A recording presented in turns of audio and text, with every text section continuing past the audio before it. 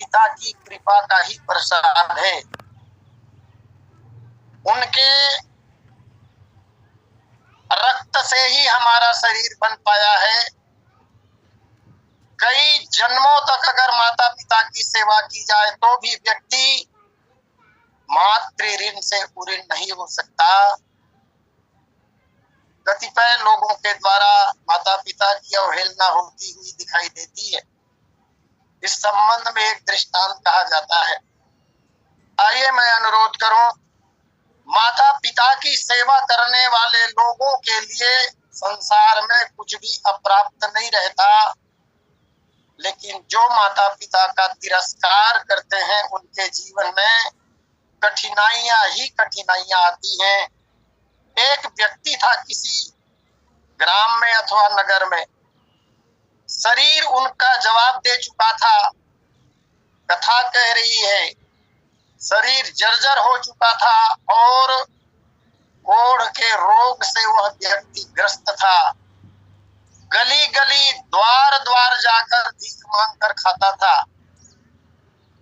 अपने दिनचर्या के अनुसार एक दिन वह व्यक्ति एक दुकान पर पहुंचा। दुकान में दुकानदार बैठा हुआ है और सौभाग्य की बात ये, संयोग का विषय ये हो गया कि उसी दुकान में एक आदर्श ज्योतिषी महाराज बैठे हुए थे।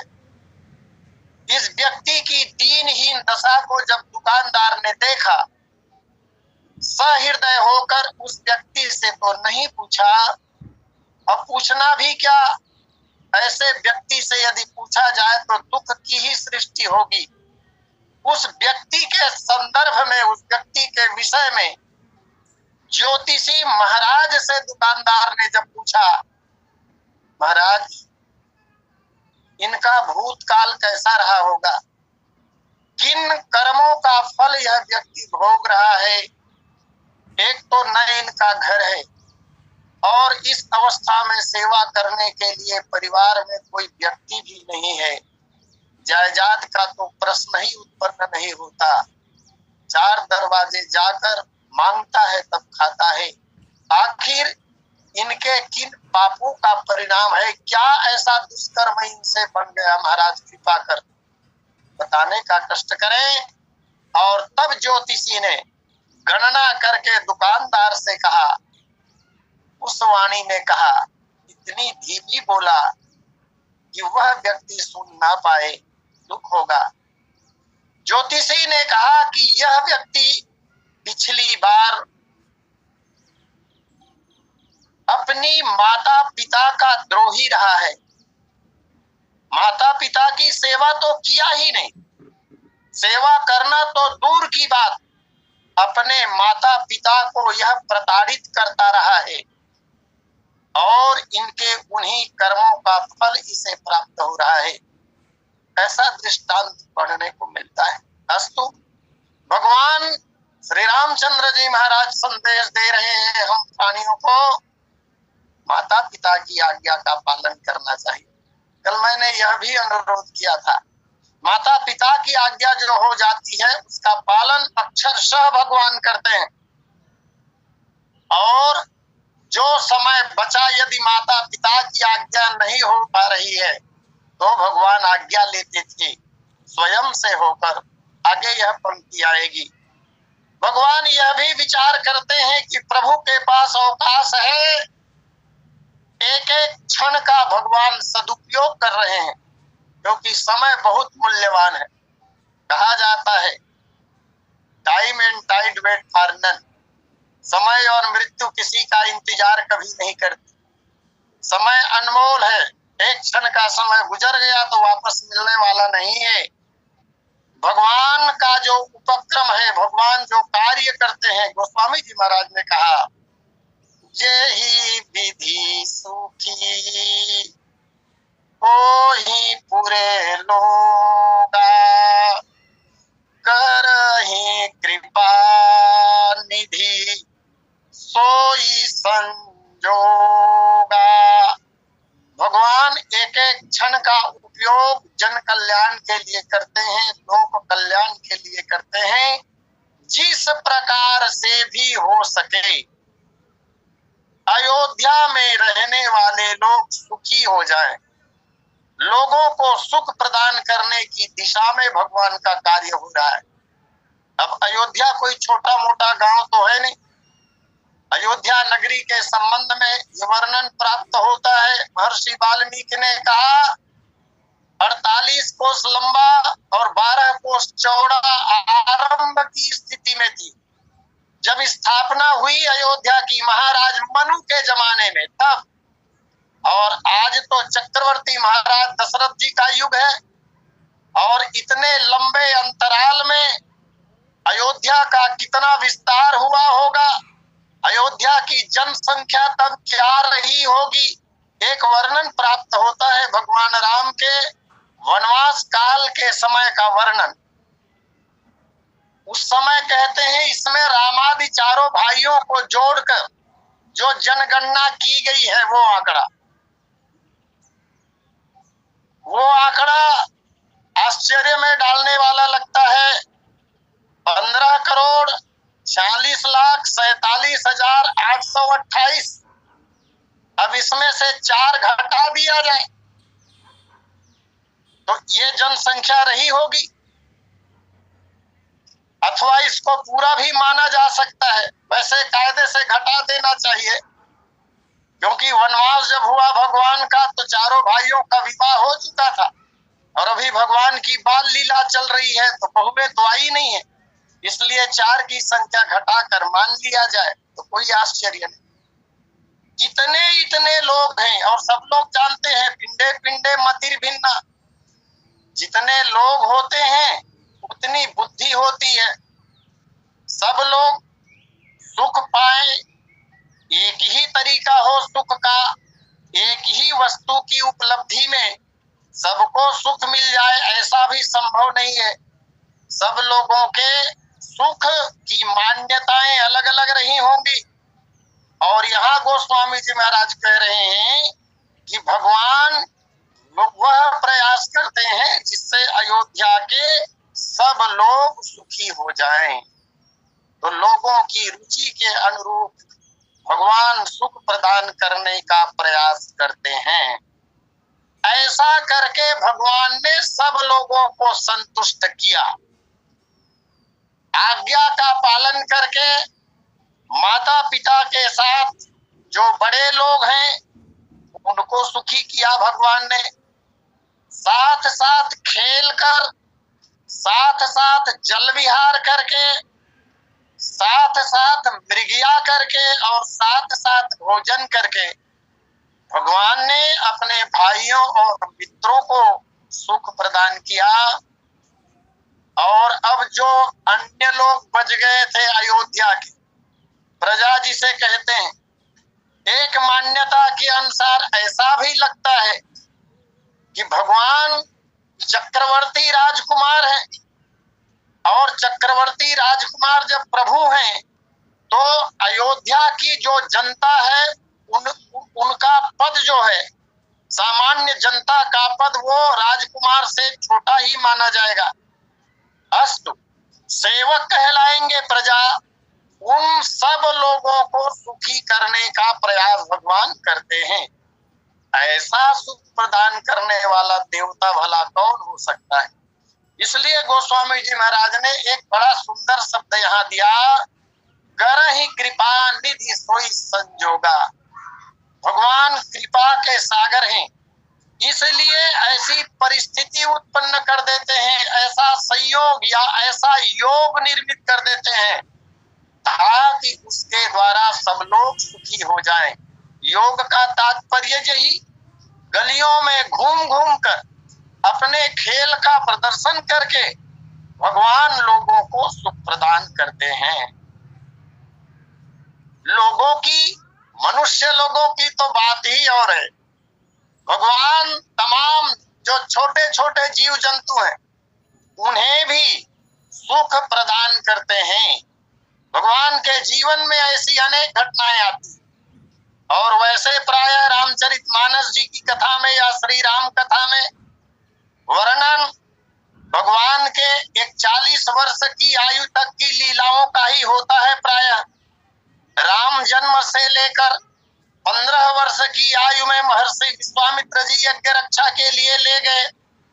विवाह हो गया भगवान का। विवाह के पश्चात 12 वर्षों तक घर में रहे और 27 वर्ष की आयु श्री राम की जब हुई तब श्री राम का वनवास हो गया, वन लीला।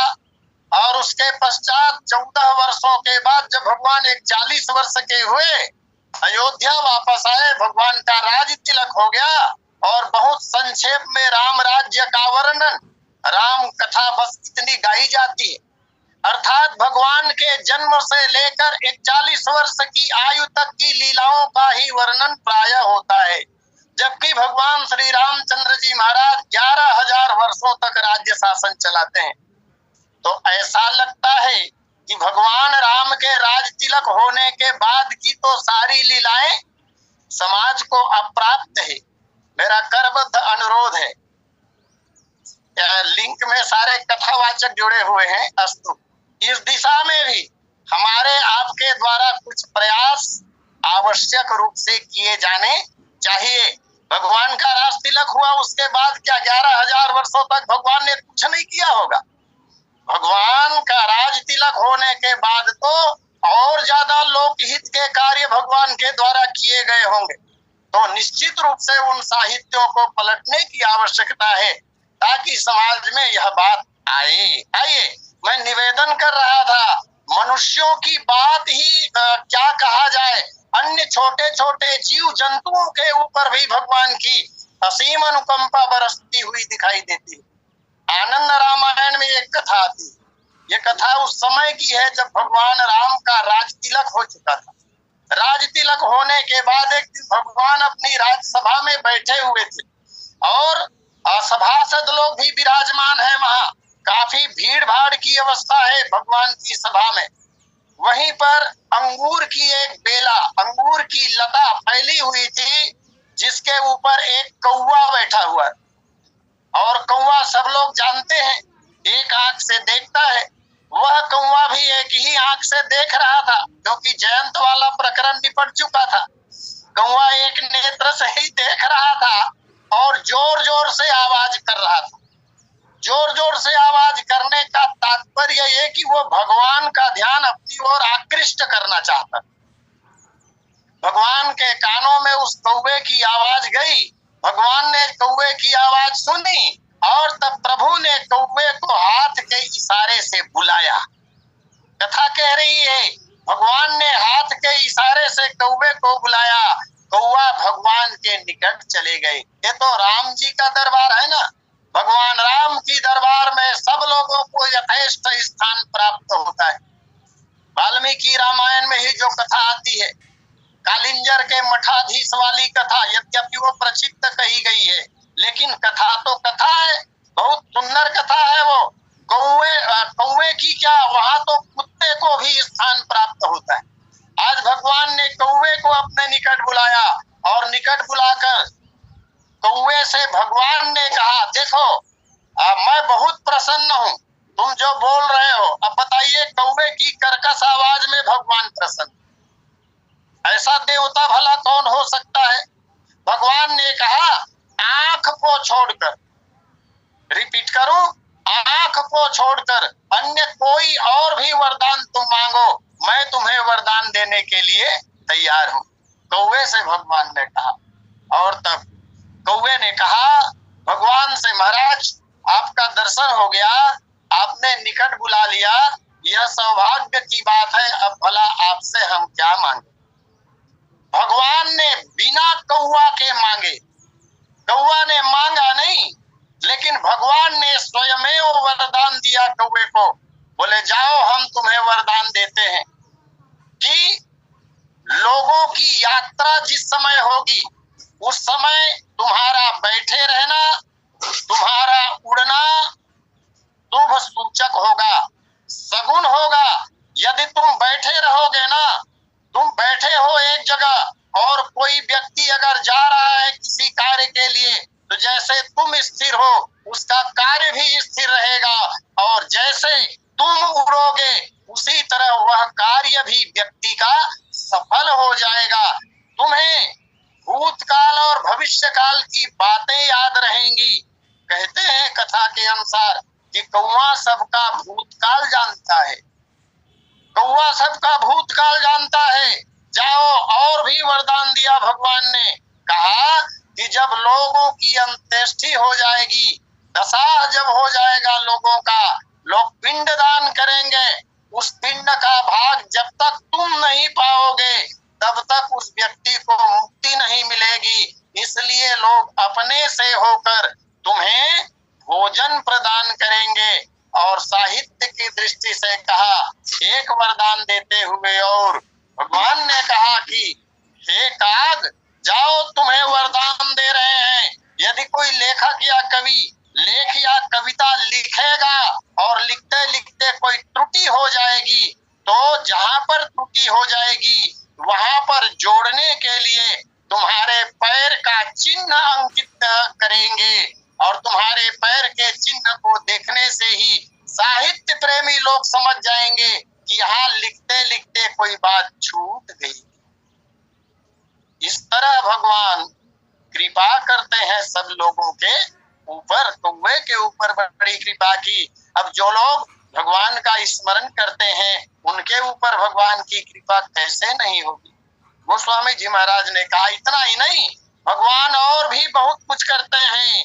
बोले वेद पुराण सुनहि मन लाई, और आप कहीं अनुजन समझाई।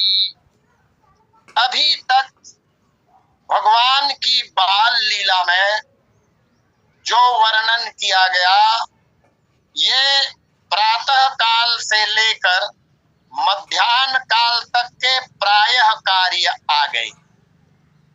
एक पंक्ति और आगे आएगी जहां माता पिता और गुरु के चरणों की वंदना की बात आती है।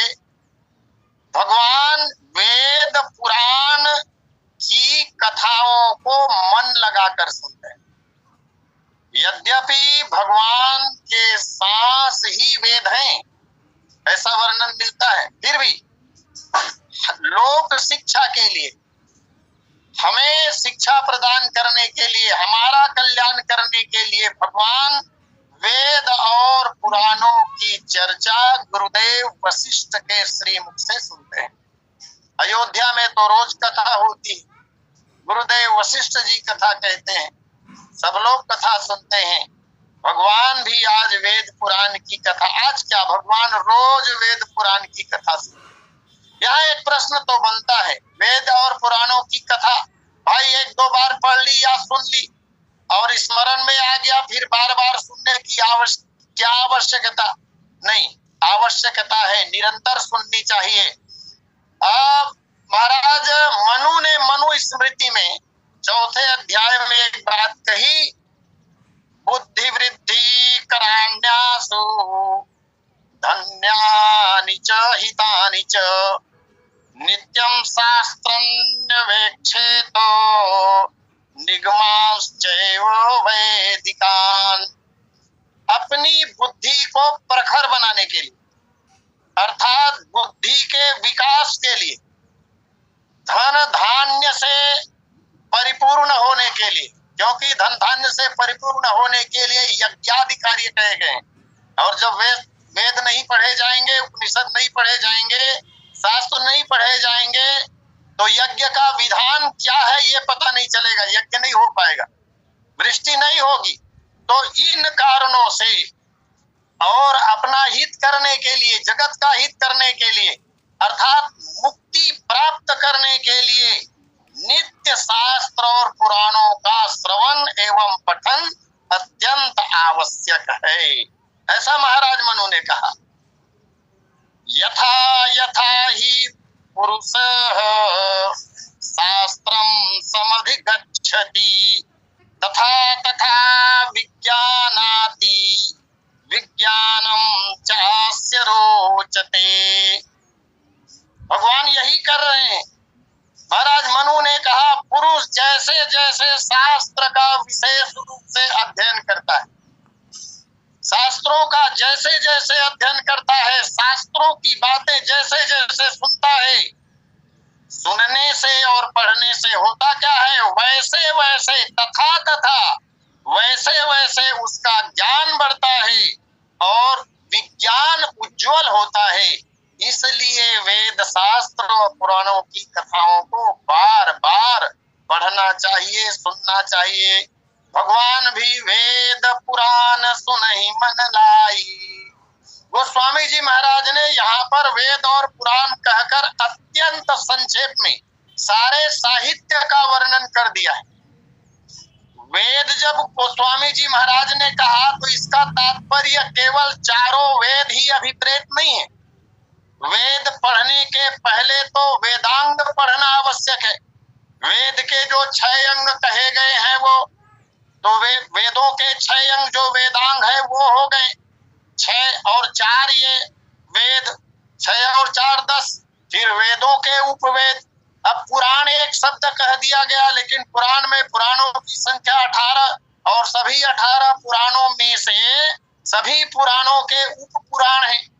3 महापुराण ऐसे हैं जिनका नाम पुराणों में भी है और उप पुराण में भी है, तब भी 35 तो हो ही जाएंगे संख्या में। तो वेद और पुराण कहने का तात्पर्य ज्ञान के समस्त स्रोत जो साहित्य के रूप में उपलब्ध है, ये सब वेद पुराण सुनहि मन लाई। वेद और पुराण अथवा शास्त्र कैसे पढ़ना चाहिए, कैसे सुनना चाहिए, ये भगवान राम बता रहे हैं हमें। सुनहि मन लाई, भगवान मन लगाकर सुनते हैं और मन लगाकर ही सुनना चाहिए। मन लगाकर नहीं सुनने पर क्या होगा, जो बातें सुनी वो कुछ बातें समझ में आएगी, एक बार सुनने पर सारी बातें समझ में आती भी नहीं है, और आगे की भी छूट गई, पीछे की भी छूट गई, तो बीच की बात जो सुनी गई है उसका अर्थ ही बिगड़ जाएगा। अच्छा, मन अगर नहीं है तो कही जा रही है बात कुछ और सुनी जा रही है कुछ और उसका अर्थ लगाया जा रहा है कुछ, तो सब गड़बड़ हो सकता है, हो जाता है। इसलिए मन लगाकर ही, ध्यान लगाकर ही, दत्त चित्त होकर शास्त्र और पुराणों की चर्चा सुननी चाहिए। भगवान ऐसा कर रहे हैं। आप कहीं अनुजन समुझाई। वशिष्ठ जी जब कथा कहते हैं वेद पुराणों की तो सभी भाई सुनते हैं और गुरुदेव के श्रीमुख से निकली हुई वाणी को एक बार में ही सभी भाई ग्रहण कर लेते हैं, फिर भी बार बार सुनते हैं। और जब गुरुदेव नहीं होते तब भगवान राम स्वयं वेद और पुराणों की कथा कहते हैं और अन्य भाई वेद पुराणों की कथा श्री राम जी के श्रीमुख से सुनते हैं। इसका एक कारण होगा, गुरुदेव भगवान के श्रीमुख से सुने जाने के बाद भी भाइयों की उत्कंठा ऐसी बनी रहती थी। शेष तीनों भाई मन में बार बार ऐसा विचार लाया करते थे कि इसी बात को भगवान भी अपने श्रीमुख से हमें सुनाए, और उनकी रुचि को भगवान जानते हैं। राम सदा सेवक रुचि राखी, इसलिए भी भगवान वेद शास्त्र और पुराणों की कथा अपने भाइयों को, यहाँ एक शब्द दिया गोस्वामी जी ने, अनुजन समुझाई, समझाकर कहते हैं अपने भाइयों से। वेद तो इतना कठिन है, वेद का ज्ञान विमल ज्ञान कहा गया है। वेद बहुत कठिन माना जाता है भी। एक ही शब्द के अनेक अर्थ, अनेक स्थानों पर नहीं, एक ही पृष्ठ में, एक ही पंक्ति में अगर एक शब्द की पुनरावृत्ति हो गई तो दोनों शब्द यद्यपि एक है लेकिन अर्थ अलग अलग है। तो ऐसी गूढ़ बातों को, ऐसी रहस्यमयी बातों को भगवान अपने भाइयों को समझा समझा कर कहते हैं, और भगवान जब समझा कर कहते हैं तो भगवान की भाषा, भगवान की बात यदि कोई न समझे तो क्या कहा जाएगा। भगवान के द्वारा यह श्वास, यह बुद्धि प्राप्त हुई है, और भगवान के श्रीमुख से निकली हुई वाणी जब श्रवण रंध्र में पड़ती है तो अवश्य में वो समझ में आ ही जाती है। अच्छा, वेद और पुराण की कथाएं भगवान कह रहे हैं।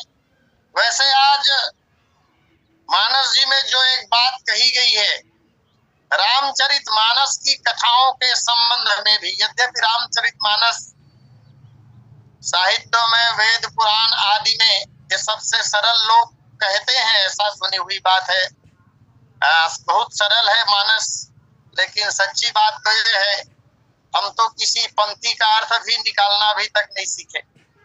अर्थ को पढ़कर कथा कह देना यह बात अलग है, लेकिन केवल पंक्ति कह दी जाए तो बहुत सी पंक्तियां ऐसी हैं जिनका अर्थ स्वयं नहीं निकाल पाते। उन लोगों को मैं प्रणाम करता हूं जिनके लिए मानस अत्यंत सरल है। कागभूषण जी महाराज ने एक बात कही है कि मानस की कथा भी अधिकारियों को सुनाया जाना चाहिए, अनधिकारी को नहीं।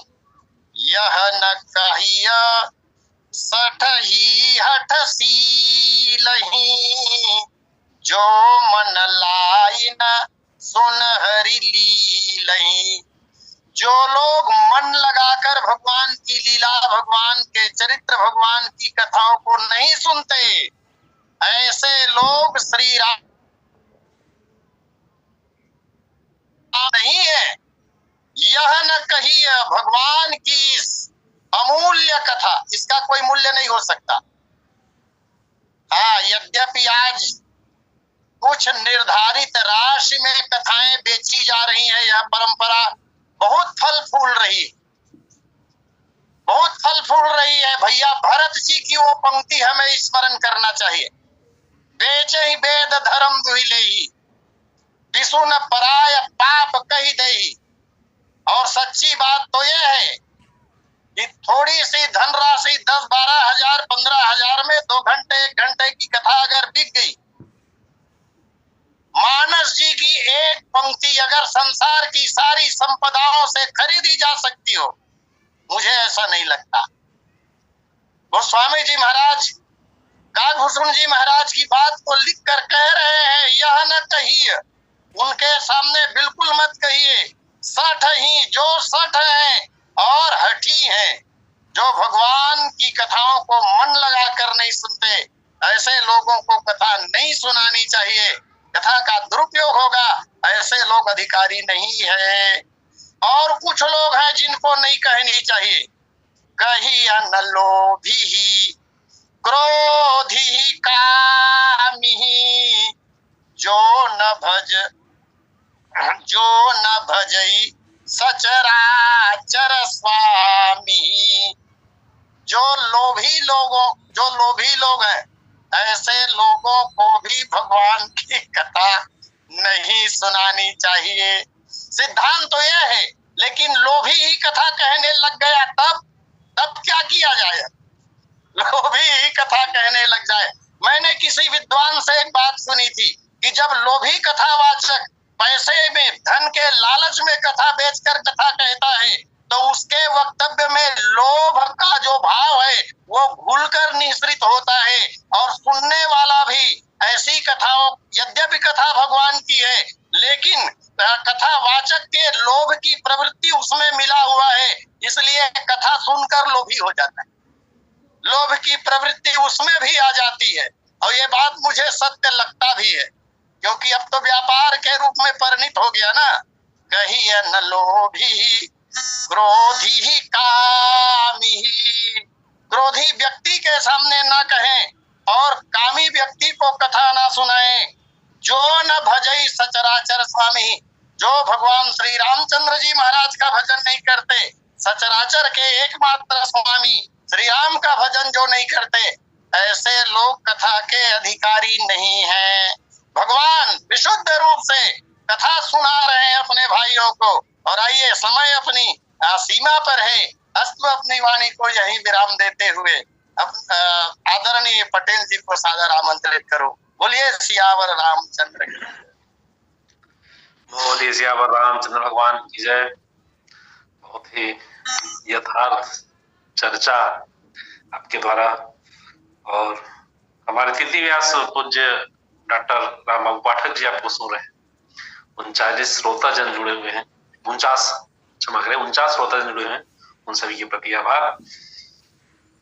कथा के बारे में आप सभी चूंकि कथाकार हैं, वक्ता हैं, मंचों में जाते रहते हैं, तो ज्यादा कुछ कहना ठीक नहीं है। एक राष्ट्रीय स्तर के कथाकार जिसको आप में से बहुत से जानते भी हैं, वे कहते हैं, मंच से कहते हैं, मुझे मिट्टी के अलावा कुछ भी दे दो। इसका अर्थ क्या है आप समझ सकते हैं। ऐसे कथावाचक राष्ट्रीय स्तर के जी। लेकिन ऑनलाइन कथा की दृष्टि से हम लोग अभी तक इससे अछूते हैं, बचे हुए हैं, क्योंकि किसी को कुछ लेने देने की बात ही नहीं है। कहने वाला वक्ता अपने घर से कह रहा है और सुनने वाले अपने घर से सुन रहे हैं। तो इस दृष्टि से यदि कहा जाए तो ऑनलाइन कथा बहुत हद तक इस बात को प्रमाणित करती है कि कथा को बेचा नहीं जा रहा है। आप सभी के प्रति आभार। सभी से निवेदन, तृतीय लिंग में मानस व्याख्याता महाराज जी के साथ हम सभी जुड़ेंगे। एक निवेदन और, कल चूंकि एकादशी है, श्री तुलसी विवाह है, तो कल पर्व विशेष में आचार्य जी से निवेदन है कि तुलसी विवाह की कथा कल सुनाएंगे हम सबको। देव उठनी एकादशी, देव प्रबोधनी एकादशी, श्री तुलसी विवाह विष्णु जी के साथ जो हुआ संपन्न, उसकी पौराणिक कथा आप हमारे बीच में प्रस्तुत करेंगे। लगभग समय समाप्ति की ओर है। ये अब हम सभी तृतीय लिंग में महाराज जी के साथ जुड़ते हैं।